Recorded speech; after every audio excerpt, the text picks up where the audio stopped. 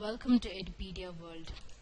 We have covered 10 lessons so far, and so in this video we will be learning few of the kanjis that we came across in these 10 lessons, and few of them we have already learned even before starting lesson number 1. So in this video we will be learning kunyomi and onyomi reading of kanjis, and for few of the kanjis we will also be learning history of each kanji, and for few of them I have found out ways for easy remembrance of kanjis. Okay, so let's get started. The first kanji which we are going to see is ta. Now please pay attention to the stroke order for the kanji ta.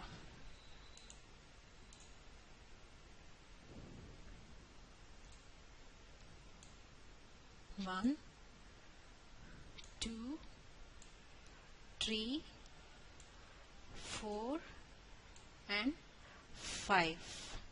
So there are basically 5 strokes in this kanji. This kanji is called ta. The meaning of this kanji is called rice field or rice paddy. The kunyomi reading of this kanji is ta, and the onyomi reading of this kanji is den.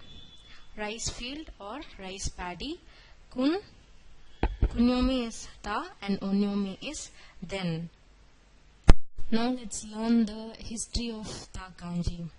The oracle bone style samples in brown had more than a single line vertically and horizontally inside the rectangular shape. It was rice paddies and the lines signified levees. In the beginning stage of growing rice, fields were immersed in water inside raised ridges. So those strips of raised land also served as a footpath, and hence the writing meant rice paddies. In the new style, the rice paddies were simplified to 4 paddies. So the kunyomi reading of this kanji is ta, and the onyomi reading of this kanji is den. It is also customarily used for the word inaka, which means countryside in Japanese. Clear? So this is one way to easily remember this kanji ta, which means rice paddy. So the next kanji which we are going to learn is kanji nen. So please pay attention to the stroke order. 1, 2, 3, 4, 5 and 6. So basically there are 3 strokes in this kanji. This kanji is called nen. The kunyomi reading of this kanji is toshi and onyomi reading is nen, and the meaning of this kanji is year or counter for years. So please remember, kunyomi reading is toshi and onyomi reading is nen, and the meaning is year or counter for years. There are totally 6 strokes in this kanji. So the etymology is that the older form of this kanji, nen, is a combination of the upper part of this kanji, which means grain or rice, and the phonetic element, which indicates extension. So the meaning went from person wading through crops in harvesting to harvest and then to year because of the harvest after a long cycle. So the meaning actually went from person wading through crops in harvesting to harvest and then to year because of the harvest after a long cycle, and hence the kunyomi reading of this kanji becomes nen, which means year. And the onyomi reading is nen and the kunyomi reading is toshi, which means year or counter for years. The next kanji which we are going to see is gaku. So pay attention to the stroke order. 1, 2, 3, 4, 5, 6, 7 and 8. So this kanji is called gaku.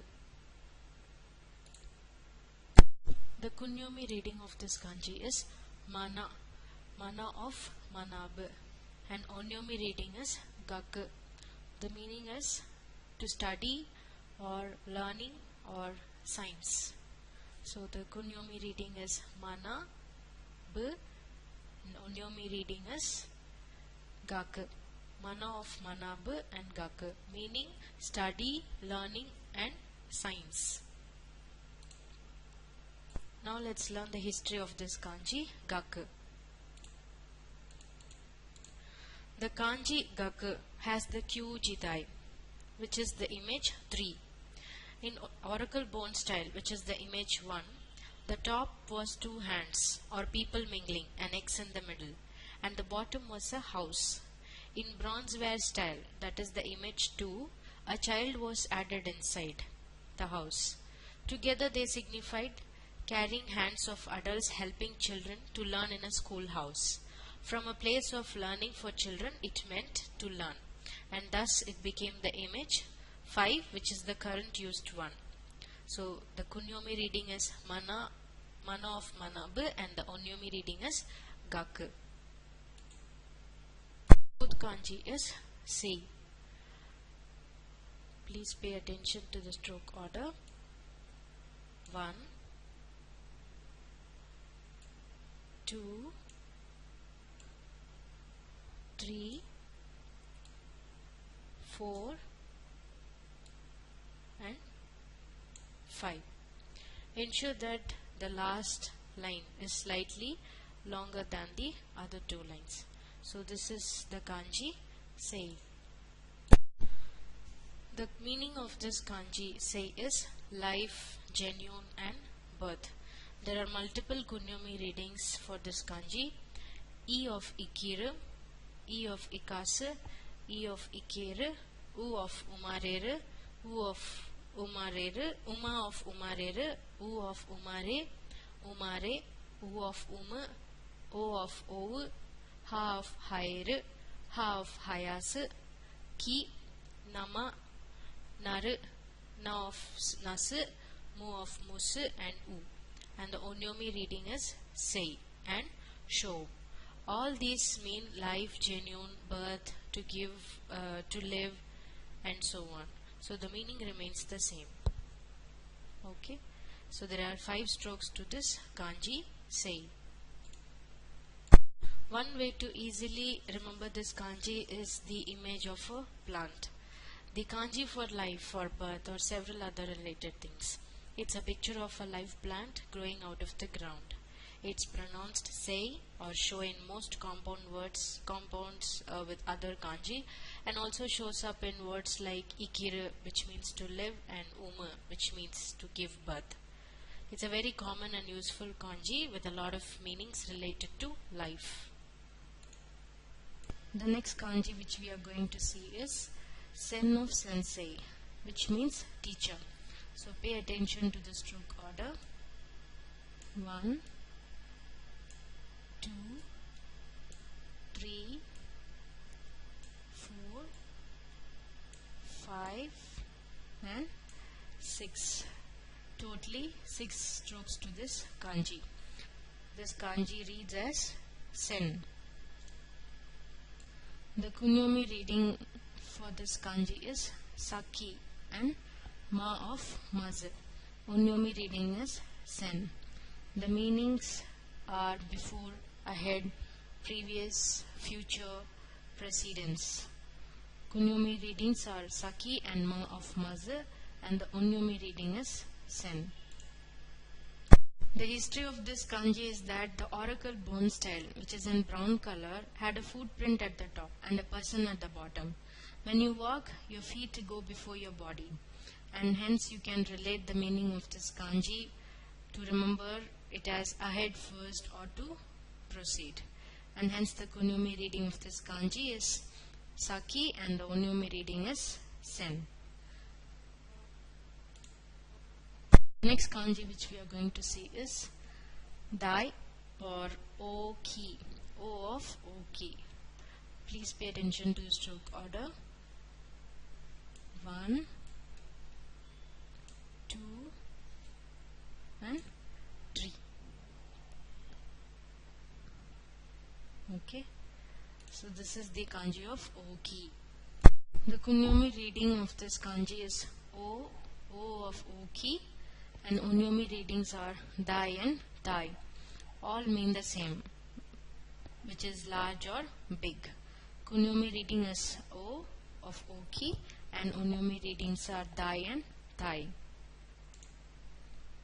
History of this grand kanji or the large kanji is that in the oracle bone style, always remember that there are three different styles. One is oracle bone style, bronze ware style, and ten style. Oracle bone style will always be in brown color, bronze ware style will be in green color, and the ten style will be in red color. So in the oracle bone style, which is in brown, and the bronze ware style in green, and the ten style in red, it was a person standing with his arms and legs wide spread. Spreading the arms and legs makes a person look large, and that's how you can remember the meaning of this kanji, large. When it is used as a component, it keeps the original meaning of a person. Okay, and hence the kunyomi reading is Oki, O of Oki, and onyomi readings are Dai and Tai, which means large or grand. The next kanji which we are going to learn is Dai kanji, which is the counter for missions. Please pay attention to the stroke order. There are only 5 strokes in it. 1, 2, 3, 4 and 5. This is a kanji for Dai.